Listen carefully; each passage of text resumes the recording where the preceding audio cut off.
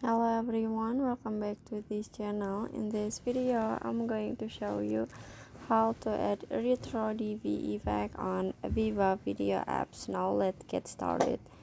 First, open your VivaVideo apps, and after this, in here you just add the photo or the video that you want to edit. And now after this, you can click on the theme. And then in here at the time you can swipe until you can see on the fashion.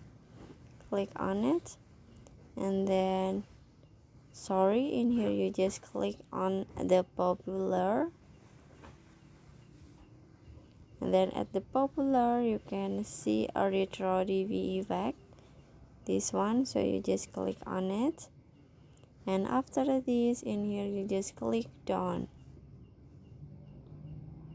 and finish. So that's how to add retro DV effect on VivaVideo apps.